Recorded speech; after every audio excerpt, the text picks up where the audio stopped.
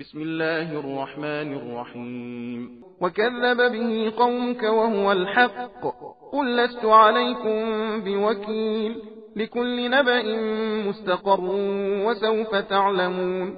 وإذا رأيت الذين يخوضون في آياتنا فأعرض عنهم حتى يخوضوا في حديث غيره وإما ينسينك الشيطان فلا تقعد بعد الذكرى مع القوم الظالمين. وما على الذين يتقون من حسابهم من شيء ولكن ذكرى لعلهم يتقون. وذر الذين اتخذوا دينهم لعبا ولهوا وغرتهم الحياة الدنيا وذكر به أن تبسل نفس بما كسبت ليس لها من دون الله ولي ولا شفيع وإن تعدل كل عدل لا يؤخذ منها. أولئك الذين أبسلوا بما كسبوا لهم شراب من حميم وعذاب أليم بما كانوا يكفرون. قل أندعو من دون الله ما لا ينفعنا ولا يضرنا ونرد على أعقابنا بعد إذ هدانا الله كالذي استهوته الشياطين في الأرض حيران له أصحاب يدعونه إلى الهدى ائتنا قل إن هدى الله هو الهدى وأمرنا لنسلم لرب العالمين وأن أقيموا الصلاة واتقوه وهو الذي إليه تحشرون.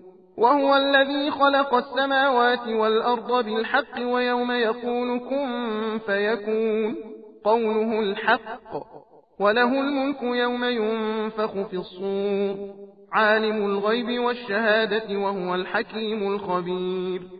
وإذ قال إبراهيم لأبيه آزر أتتخذ أصناما آلهة إني أراك وقومك في ضلال مبين. وكذلك نري إبراهيم ملكوت السماوات والأرض وليكون من الموقنين.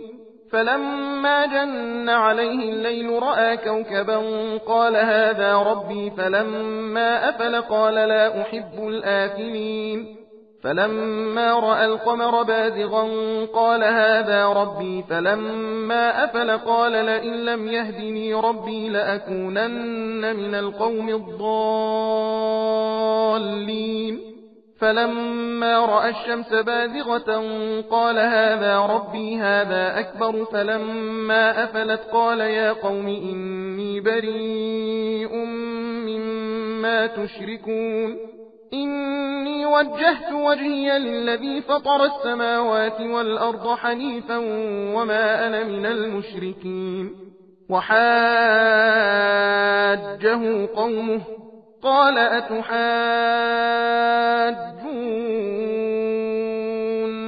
في الله وقد هدان ولا أخاف ما تشركون به إلا أن يشاء ربي شيئا وسع ربي كل شيء علما أفلا تتذكرون.